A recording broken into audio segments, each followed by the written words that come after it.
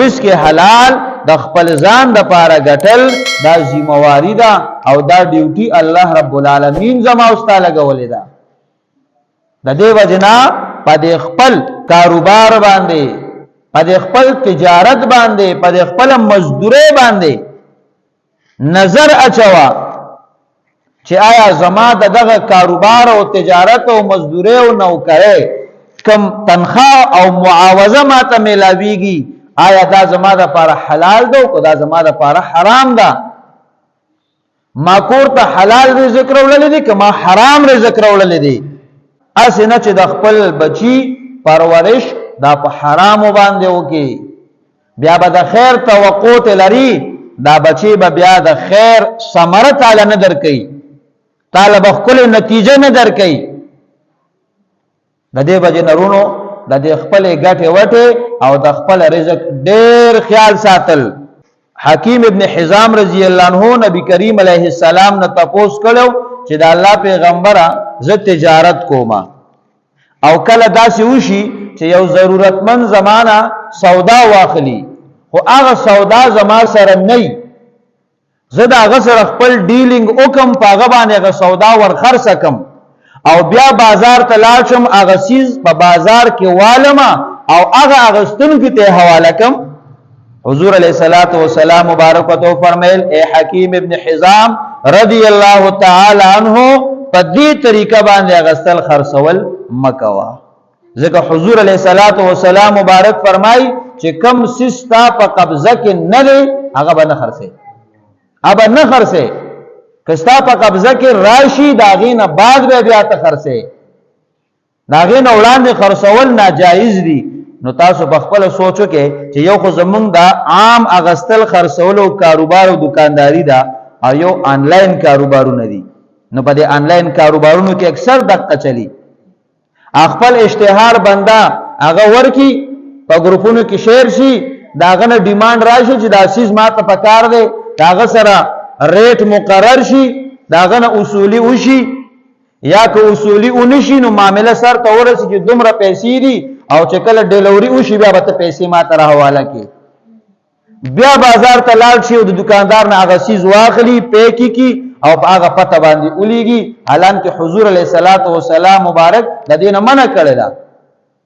حکیم ابن حزام رضی الله عنه منع کو چې په دې طریقه غسل خرڅول مکوا، زګه کم شي ستا په قبضه کې راشي نو بیا یې تا غسل خرڅول کوا، بیا ته معاملې کوا، چې ستا په قبضه کې نه راغلی نو داغه خرڅول ته نشي کولای.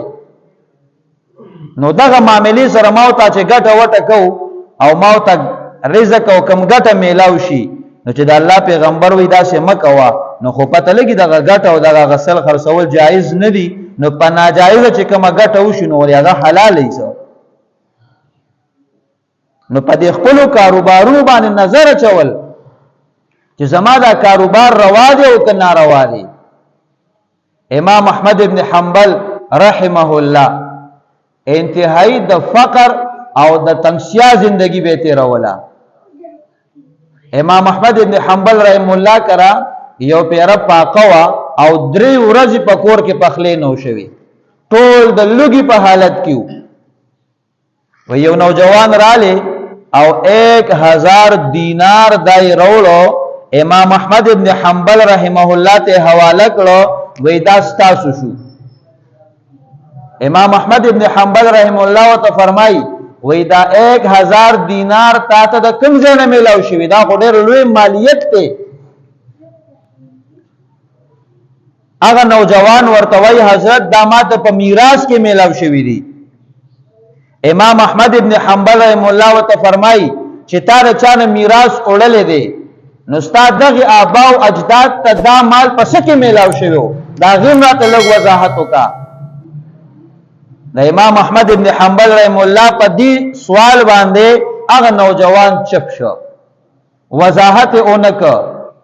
امام احمد ابن حنبل رحم الله هغه 1000 دینار راواغستل او هغه نوجوان ته واپس کړل، وې د دې مال ماته ضرورت نشته دی چې داغه د حلت او د حرمت ماته وضاحت ونشي چې آیا دا په حلال طریقه ستا آبا او اجداد تراغلي دي او په حرام راغلي دي.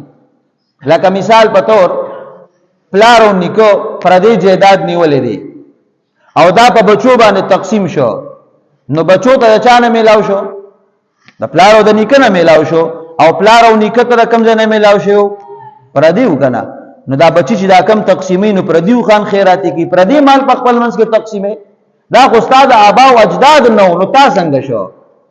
څنګه چې دا غي د پاره ناروا او د ستا د پاره ناروا دي او ستا بچو باندې تقسیمیږي دا غي د پاره ناروا دي، دا خو یو تسلسل دی.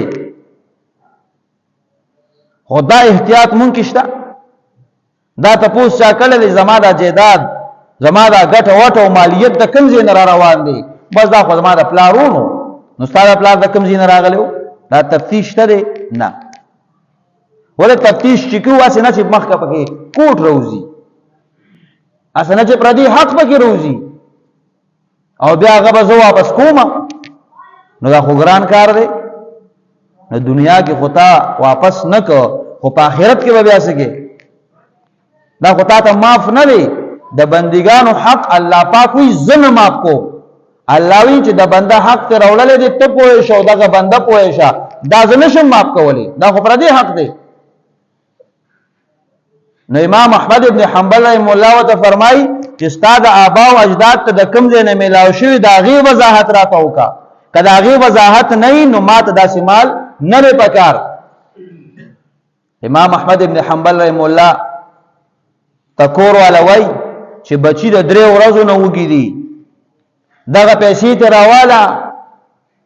امام احمد ابن حنبل رحم الله ته فرمایي وی لوګه برداشت کوي شمه خدا نشم برداشت کول چې د حرام وړې د زما ګېډې ته لاړ شي، دا نشم برداشت کول چې د حرام وړې زما د بچو ګېډې ته لاړ شي.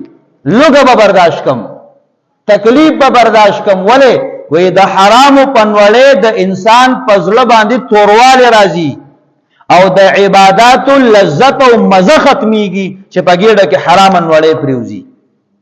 نو ولې یو حرام وړې خپل ګېډه ته واچوم چې زما په لړ باندې تورواله راشي، لمه تور شي او د عبادت لذت او مزه ختم شي، دا غینه ماته آسان دي چې زه د غلوګ او تند برداشت کوم. دومره قدر ته احتیاط وکړو.